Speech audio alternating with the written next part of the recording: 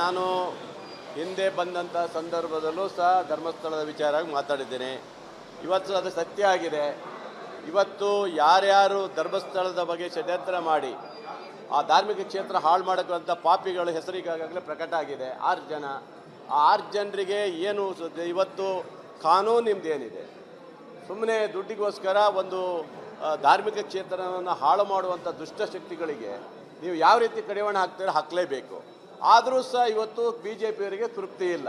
ಅವರು ಎಡಪಂಕ್ತಿ ಬಲಪಂಕ್ತಿಯರಿದ್ದರು, ಯಾರೋ ಮುಸ್ಲಿಮ್ಸರಿದ್ದರು, ಯಾರೋ ಹಣ ಕೊಟ್ಟರು ಅನ್ನೋ ಭಾವನೆ ಅಲ್ಲೂ ಬೆಂಕಿ ಹಾಕಕ್ಕೆ ನೋಡಿದರು ಅವರು. ಆದರೆ ಇವತ್ತು SITಯವರು ಒಳ್ಳೆ ನಿರ್ಧಾರ ತಗೊಂಡು ಆ ವ್ಯಕ್ತಿಗಳನ್ನು ಹಿಡಿದಾಕಿದ್ದಾರೆ. ಮುಂದಿನ ಕ್ರಮ ಏನು ತಗೊಳ್ಬೇಕೋ ಅವ್ರ ಮೇಲೆ ಅವರು ಇನ್ನು ಜೀವಮಾನದಲ್ಲಿ ಜೈಲಿಂದ ಆಚೆ ಬರಬಾರ್ದು, ಆ ರೀತಿಯಾದ ಕೊಡಬೇಕು ಸರ್. ಯಾರು ನೋಡಿ, CM ಸುತ್ತಮುತ್ತ ಇದ್ದವ್ರಿಗೆ ಏನು ಬೇರೆ ಕೆಲಸ ಇರ್ತದೆ ಅವರಿಗೆ? ಇಂಥದ್ದೆಲ್ಲ ಧಾರ್ಮಿಕ ಕ್ಷೇತ್ರಕ್ಕೆ ಕೈ ಹಾಕ್ಬೇಕಂತ ಹೇಳಿದರೆ ಯಾರು? ಸುಮ್ಮನೆ ಕೊಡಿ, ದಾಖಲೆ ಕೊಡಿ. ಯಾರೋ ಸುಮ್ಮನೆ ಇವರಿಗೆ ಒಂದು ಕಿಚ್ಚು ಹತ್ತಬೇಕು, ಅಲ್ಲೊಂದು ಬೆಂಕಿ ಹಚ್ಚಬೇಕು, ಅಲ್ಲಿ ಹಿಂದೂ ಧರ್ಮವನ್ನು ತರಬೇಕು, ಅಲ್ಲೊಂದಿಷ್ಟು ರಾಜಕೀಯ ಮಾಡಬೇಕು. ಈಗಾಗಲೇ ದಕ್ಷಿಣ ಕನ್ನಡ ಉತ್ತರ ಏನು ಇವತ್ತು ನಮ್ಮ ದಕ್ಷಿಣ ಇದು ಕರಾವಳಿ ಭಾಗದಲ್ಲಿ ಆಗಲೇ ಗೊತ್ತಿದೆ ಇವತ್ತು ಯಾವ ಮಟ್ಟಕ್ಕೆ ಇವತ್ತು ರಾಜಕೀಯ ಆಗಿದೆ ಅನ್ನೋ ನಿಮಗೆಲ್ಲ ಗೊತ್ತಿದೆ. ಸುಮ್ಮನೆ ರಾಜಕೀಯನ ಬಿಡಬೇಕು. ಧಾರ್ಮಿಕ ಕ್ಷೇತ್ರದಲ್ಲಿ ಹಸ್ತಕ್ಷೇಪ ಯಾರೂ ಮಾಡೋದು ಬೇಡ. ನಾವು ಇವತ್ತು ಮಾನ್ಯ ಉಪಮುಖ್ಯಮಂತ್ರಿಗಳು ಹೇಳಿದ್ದಾರೆ, ಇದರ ಸತ್ಯತೆ ನಾನು ಹೇಳಿದ್ದೆ ಇವಾಗ ಪಕ್ಕಾ ಆಗಿದೆ ಅಂತ ಅವ್ರು ಹೇಳಿದ್ರಲ್ಲ. ನಾನು ಅವತ್ತು ಹೇಳಿದ್ದೆ, ಅಂಥ ಕ್ಷೇತ್ರದಲ್ಲಿ ಬಂದಿದ್ದರೆ ಗುಂಡಿಟ್ಟು ಹೊಡೀರಿ ಅಂತ ಆ ಕಾಲದಲ್ಲಿ ಹೇಳಿದ್ದೆ ನಾನು. ಇವತ್ತು SIT ತನಿಖೆ ಖುಷಿಯಾಗಿದೆ. ಯಾರ್ಯಾರು ಷಡ್ಯಂತ್ರ ಅಂತ ಭಾಳ ಜನರ ಇಡೀ ರಾಜ್ಯದ ಜನರಿಗೆ ಗೊತ್ತಿತ್ತು. ಅವರೆಲ್ಲರೂ ಸೇರಿಕೊಂಡು ಹೆಗಡೆಯವ್ರನ್ನ ಮತ್ತು ಆ ಒಂದು ಧಾರ್ಮಿಕ ಕ್ಷೇತ್ರನ ಹಾಳ್ಮೆ ಇಡಬೇಕಂತ ಏನು ಇದ್ದರೂ ಅದು ನಡೀಲಿಲ್ಲ. ಇವತ್ತು ಒಳ್ಳೆ ಆದೇಶ ಕೊಟ್ಟಿದ್ದಾರೆ, ನಾನು ಅಭಿನಂದಿಸ್ತೇನೆ. ಇಲ್ಲ, ಚಿನ್ನಸ್ವಾಮಿ ಸ್ಟೇಡಿಯಮಿದ್ದು ಸ್ವಲ್ಪ ನಮಗೆ ಭಾವನೆಗಳು ಇದೆ. ಯಾಕಂದರೆ ಸುಮಾರು 10-12 ಜನ ಇವತ್ತು ಅಲ್ಲಿ ಏನು ಮರಣ ಹೊಂದಿದ್ರು, ಕಾಲು ತುಳಿತದಲ್ಲಿ ಮರಣ ಹೊಂದಿದ್ರು. ಅದನ್ನು ಸ್ವಲ್ಪ ಪರಿಶೀಲನೆ ಮಾಡಿ ಇವತ್ತು ಅವರು ಏನು ಸ್ಟೇಡಿಯಮಿನ ಏನು ಇವತ್ತು ಆಯ್ಕೆಯಾಗಿರುವಂಥ ವೆಂಕಟೇಶ್ ಪ್ರಸಾದ್ ಮತ್ತು ಅವ್ರ ತಂಡ ಏನು ಆಯ್ಕೆಯಾಗಿ ಬಂದಿದ್ದಾರೆ, ಅಲ್ಲಿಯ ಅವರೆಲ್ಲರೂ ಇವತ್ತು ಏನು ಬೇಕು ಅಂತ ಒಂದು ಕೇಳಿದಾರಂತೆ ಮಾನ್ಯ ಮುಖ್ಯಮಂತ್ರಿಗಳ ಹತ್ರ, ಉಪಮುಖ್ಯಮಂತ್ರಿಗಳ ಹತ್ರ. ರಾಜ್ಯ ಸರ್ಕಾರ ಅದು ಏನು ಅಂತ ಪರಿಶೀಲನೆ ಮಾಡಬೇಕಾಗುತ್ತೆ. ಯಾಕಂದರೆ ಮತ್ತೊಂದು ಸ್ಟೇಡಿಯಂ ಕಟ್ಟಬೇಕಾದ್ರೆ ಭಾಳ ವರ್ಷಗಳಾಗುತ್ತೆ. ಅಲ್ಲಿವರೆಗೆ ಯಾವುದೇ ತಂಡಗಳು ಆಟ ಆಡೋಕ್ಕಾಗಲ್ಲ, ಕ್ರಿಕೆಟ್ ಆಡೋಕ್ಕಾಗಲ್ಲ, ಅಭಿಮಾನಿಗಳು ಇದ್ದೇ ಇರ್ತಾರೆ. ಆದರೆ ಸಾರ್ವಜನಿಕವಾಗಿ ಒಂದು ಸ್ವಲ್ಪ ಪರಿಶೀಲನೆ ಮಾಡಿ ಆ ಒಂದು ಘಟನೆಯನ್ನು ಮತ್ತೆ ನೆನಪಿಡ್ಕೊಂಡು ಮುಂದುವರಿಸಬೇಕು ಅನ್ನೋದು ನನ್ನದೊಂದು ಅಭಿಪ್ರಾಯ. Thank you. ಆಮೇಲೆ ಗ್ಯಾರಂಟಿ ಯೋಜನೆ ಬಗ್ಗೆ ತಾವೆಲ್ಲ ಭಾಳ ಪ್ರಕಟ ಮಾಡಿದ್ದೀರಿ. CLP ಮೀಟಿಂಗಲ್ಲಿ ಗ್ಯಾರಂಟಿ ಯೋಜನೆಯ ಉಪಯೋಗದ ಬಗ್ಗೆ ಒಳ್ಳೆ ರೀತಿಯನ್ನು ಮಾಹಿತಿಯನ್ನೇ ನಮ್ಮಲ್ಲಿ ಸರ್ಕಾರದಿಂದ ಇರುವಂಥವ್ರು ಕೊಟ್ಟಿದ್ದಾರೆ. ಅದರಿಂದ ಸಾರ್ವಜನಿಕರಿಗೆ, ಬಡವರಿಗೆ, ಸಾಮಾನ್ಯ ವರ್ಗದವರಿಗೆ ಅನುಕೂಲ ಆಗಿದೆ, ಅದು ಒಳ್ಳೆಯದು ಅಂತ ಕೇಳಿದ್ದಾರೆ. ಅದರಲ್ಲಿ ಕೆಲವ್ರು ಕೇಳಿದಂದರೆ ಭಾಳ ಶ್ರೀಮಂತರಿಗೆ ಕೊಡೋ ಇದರಲ್ಲಿ ಯಾಕೆ ಅದು ಕೊಡಬೇಕು? BJPಯವರೇ ಕೆಲವ್ರು ಹೇಳ್ತಿದ್ರು, ನಂಗೆ ಬರ್ತಾ ಈಗ ಹೇಳಿದರು, ಶ್ರೀಮಂತರಿಗೆಲ್ಲ ಯಾಕೆ ಕೊಡ್ತೀರಪ್ಪ, ತೆಗ್ದಾಕ್ರೆ ಮರೆಯ, ಬಡವರಿಗೆ ಕೊಡೋದು ಕೊಡ್ರಿ ಅಂದಾಗೆ ಆ ಥರ ಮಾಡಿ ಅಂತ ಸಜೆಷನ್ ಕೊಟ್ಟಿದ್ದಾರೆ. ಬಿಟ್ಟರೆ ಗ್ಯಾರಂಟಿ ಇದಾಗಬೇಕು, ನಿಲ್ಲಿಸ್ಬೇಕು ಅನ್ನೋದನ್ನ ಯಾರೂ ಮಾತೆತ್ತಿಲ್ಲ CLP ಮೀಟಿಂಗಲ್ಲಿ. ಇದು ಸುಳ್ಳು ವರದಿ ನಿಮಗೆ ಬಂದಿರುವಂಥದ್ದು. ನಾನೇ ಸ್ವತಃ ಅಲ್ಲಿದ್ದವನು. ಹಾಗಾಗಿ ಗ್ಯಾರಂಟಿ ಬಡವರ ಭಾಗ್ಯಲಕ್ಷ್ಮಿ ಆಗಿದೆ, ಖಂಡಿತ ತೆಗೆಯುವಂಥ ಪ್ರಶ್ನೆನೇ ಇಲ್ಲ. ಅದು ಬೇಕು ಅಂತ ನಾವು ಹೇಳಿದ್ದೀವಿ. ಪರಿಷ್ಕರಣೆ ಅಂದರೆ ಅದೇ ಭಾಳ ಶ್ರೀಮಂತರು, ಭಾಳ ಇವರಿದ್ದವರು, ಅವರಿಗೆಲ್ಲ ಯಾಕೆ ಕೊಡ್ತೀರಿ, ಸುಮ್ಮನೆ ಬೇಡ ಅಂತ ಕೆಲವ್ರಿಗೆ ಹೇಳಿದ್ದಾರೆ. ಅದನ್ನೇನಾದರೂ ತೆಗಿಯೋಕ್ಕಾಗಿದ್ರೆ ಅದನ್ನು ತೆಗೀರಿ, ಬಿಟ್ಟರೆ ಬೇರೆ ಏನು ಮಾಡ್ಲಿಕ್ಕೆ ಹೋಗ್ಬಿಡಿ ಅಂತ ಹೇಳಿದ್ದಾರೆ. Okay, thank you sir. ನಾನು ಹಿಂದೆ ಬಂದಂಥ ಸಂದರ್ಭದಲ್ಲೂ ಸಹ ಧರ್ಮಸ್ಥಳದ ವಿಚಾರವಾಗಿ ಮಾತಾಡಿದ್ದೇನೆ. ಇವತ್ತು ಅದು ಸತ್ಯ ಆಗಿದೆ. ಇವತ್ತು ಯಾರ್ಯಾರು ಧರ್ಮಸ್ಥಳದ ಬಗ್ಗೆ ಷಡ್ಯಂತ್ರ ಮಾಡಿ ಆ ಧಾರ್ಮಿಕ ಕ್ಷೇತ್ರ ಹಾಳು ಮಾಡೋಕ್ಕಂಥ ಪಾಪಿಗಳು ಹೆಸರಿಗಾಗಲೇ ಪ್ರಕಟ ಆಗಿದೆ. 6 ಜನ.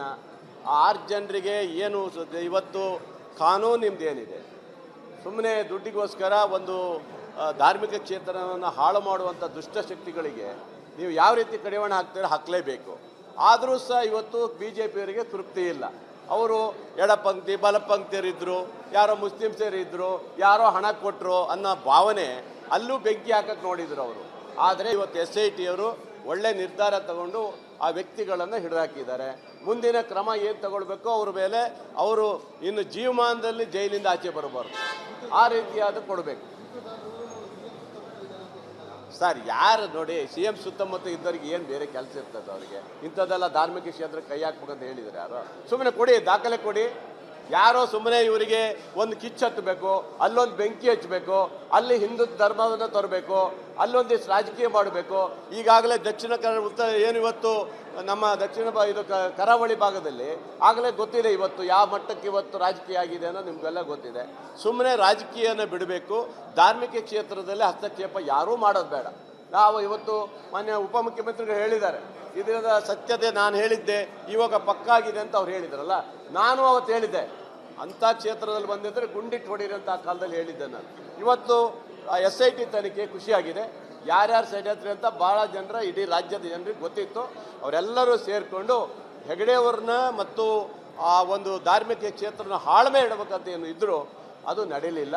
ಇವತ್ತು ಒಳ್ಳೆ ಆದೇಶ ಕೊಟ್ಟಿದ್ದಾರೆ, ನಾನು ಅಭಿನಂದಿಸ್ತೇನೆ.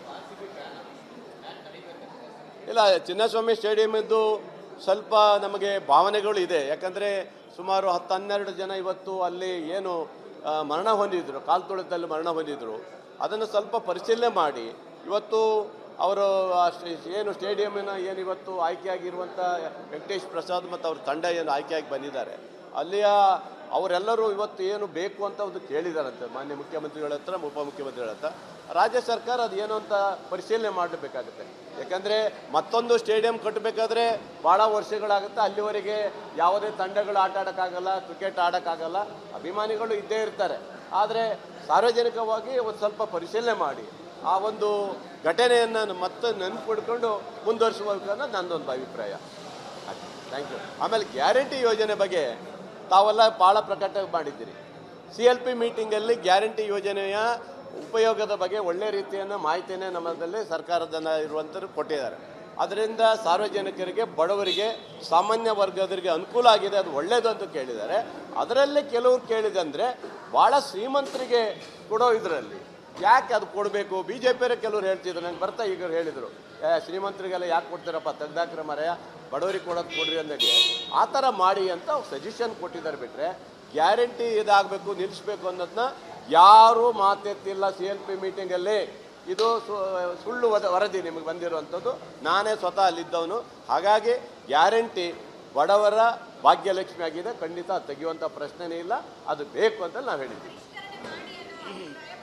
ಪರಿಷ್ಕರಣೆ ಅಂದರೆ ಅದೇ ಭಾಳ ಶ್ರೀಮಂತರು, ಭಾಳ ಇವರಿದ್ದವರು, ಅವರಿಗೆಲ್ಲ ಯಾಕೆ ಕೊಡ್ತೀರಿ, ಸುಮ್ಮನೆ ಬೇಡ ಅಂತ ಕೆಲವ್ರಿಗೆ ಹೇಳಿದ್ದಾರೆ.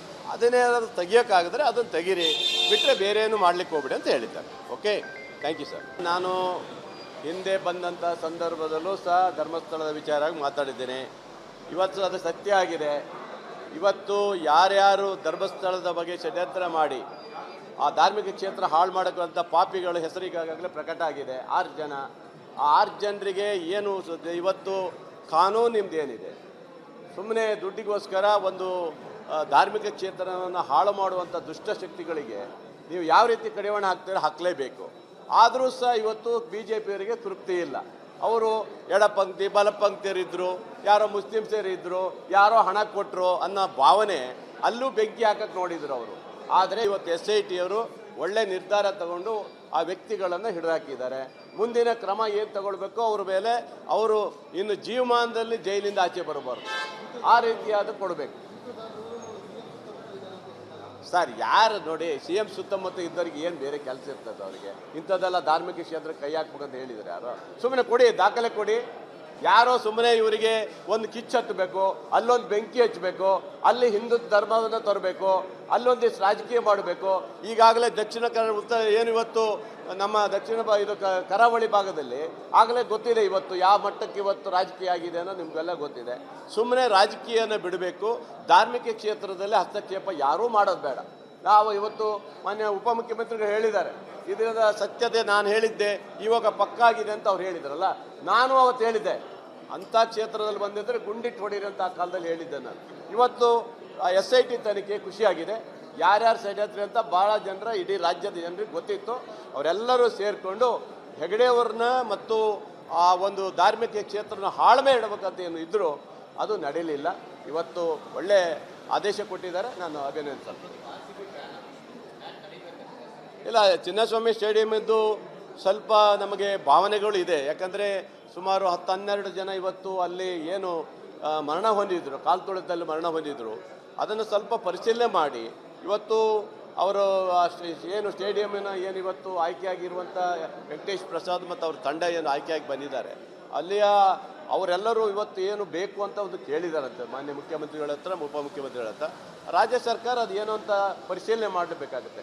ಯಾಕಂದರೆ ಮತ್ತೊಂದು ಸ್ಟೇಡಿಯಂ ಕಟ್ಟಬೇಕಾದ್ರೆ ಭಾಳ ವರ್ಷಗಳಾಗುತ್ತೆ. ಅಲ್ಲಿವರೆಗೆ ಯಾವುದೇ ತಂಡಗಳು ಆಟ ಆಡೋಕ್ಕಾಗಲ್ಲ, ಕ್ರಿಕೆಟ್ ಆಡೋಕ್ಕಾಗಲ್ಲ, ಅಭಿಮಾನಿಗಳು ಇದ್ದೇ ಇರ್ತಾರೆ. ಆದರೆ ಸಾರ್ವಜನಿಕವಾಗಿ ಒಂದು ಸ್ವಲ್ಪ ಪರಿಶೀಲನೆ ಮಾಡಿ ಆ ಒಂದು ಘಟನೆಯನ್ನು ಮತ್ತೆ ನೆನಪಿಡ್ಕೊಂಡು ಮುಂದುವರಿಸಬೇಕು ಅನ್ನೋದು ನನ್ನದೊಂದು ಅಭಿಪ್ರಾಯ. Thank you. ಆಮೇಲೆ ಗ್ಯಾರಂಟಿ ಯೋಜನೆ ಬಗ್ಗೆ ತಾವೆಲ್ಲ ಭಾಳ ಪ್ರಕಟ ಮಾಡಿದ್ದೀರಿ. CLP ಮೀಟಿಂಗಲ್ಲಿ ಗ್ಯಾರಂಟಿ ಯೋಜನೆಯ ಉಪಯೋಗದ ಬಗ್ಗೆ ಒಳ್ಳೆ ರೀತಿಯನ್ನು ಮಾಹಿತಿಯನ್ನೇ ನಮ್ಮಲ್ಲಿ ಸರ್ಕಾರದಿಂದ ಇರುವಂಥವ್ರು ಕೊಟ್ಟಿದ್ದಾರೆ. ಅದರಿಂದ ಸಾರ್ವಜನಿಕರಿಗೆ, ಬಡವರಿಗೆ, ಸಾಮಾನ್ಯ ವರ್ಗದವರಿಗೆ ಅನುಕೂಲ ಆಗಿದೆ, ಅದು ಒಳ್ಳೆಯದು ಅಂತ ಕೇಳಿದ್ದಾರೆ. ಅದರಲ್ಲಿ ಕೆಲವರು ಕೇಳಿದಂದರೆ ಭಾಳ ಶ್ರೀಮಂತರಿಗೆ ಕೊಡೋ ಇದರಲ್ಲಿ ಯಾಕೆ ಅದು ಕೊಡಬೇಕು, BJPಯವರೇ ಕೆಲವರು ಹೇಳ್ತಿದ್ರು, ನಂಗೆ ಬರ್ತಾ ಈಗ ಹೇಳಿದರು, ಶ್ರೀಮಂತರಿಗೆಲ್ಲ ಯಾಕೆ ಕೊಡ್ತೀರಪ್ಪ, ತೆಗ್ದಾಕ್ರೆ ಮರೆಯ, ಬಡವರಿಗೆ ಕೊಡೋದು ಕೊಡ್ರಿ ಅಂದಾಗೆ ಆ ಥರ ಮಾಡಿ ಅಂತ ಸಜೆಷನ್ ಕೊಟ್ಟಿದ್ದಾರೆ. ಬಿಟ್ಟರೆ ಗ್ಯಾರಂಟಿ ಇದಾಗಬೇಕು, ನಿಲ್ಲಿಸ್ಬೇಕು ಅನ್ನೋದನ್ನ ಯಾರೂ ಮಾತೆತ್ತಿಲ್ಲ. CLP ಮೀಟಿಂಗಲ್ಲಿ ಇದು ಸುಳ್ಳು ವರದಿ ನಿಮಗೆ ಬಂದಿರುವಂಥದ್ದು. ನಾನೇ ಸ್ವತಃ ಅಲ್ಲಿದ್ದವನು. ಹಾಗಾಗಿ ಗ್ಯಾರಂಟಿ ಬಡವರ ಭಾಗ್ಯಲಕ್ಷ್ಮಿ ಆಗಿದೆ, ಖಂಡಿತ ತೆಗೆಯುವಂಥ ಪ್ರಶ್ನೆನೇ ಇಲ್ಲ, ಅದು ಬೇಕು ಅಂತ ನಾವು ಹೇಳಿದ್ದೀವಿ. ಪರಿಷ್ಕರಣೆ ಅಂದರೆ ಅದೇ ಭಾಳ ಶ್ರೀಮಂತರು, ಭಾಳ ಇವರಿದ್ದರು, ಅವರಿಗೆಲ್ಲ ಯಾಕೆ ಕೊಡ್ತೀರಿ, ಸುಮ್ಮನೆ ಬೇಡ ಅಂತ ಕೆಲವ್ರಿಗೆ ಹೇಳಿದ್ದಾರೆ. ಅದನ್ನೇನಾದರೂ ತೆಗಿಯೋಕ್ಕಾಗಿದ್ರೆ ಅದನ್ನು ತೆಗೀರಿ, ಬಿಟ್ಟರೆ ಬೇರೆ ಏನು ಮಾಡ್ಲಿಕ್ಕೆ ಹೋಗ್ಬಿಡಿ ಅಂತ ಹೇಳಿದ್ದಾರೆ. Okay, thank you sir.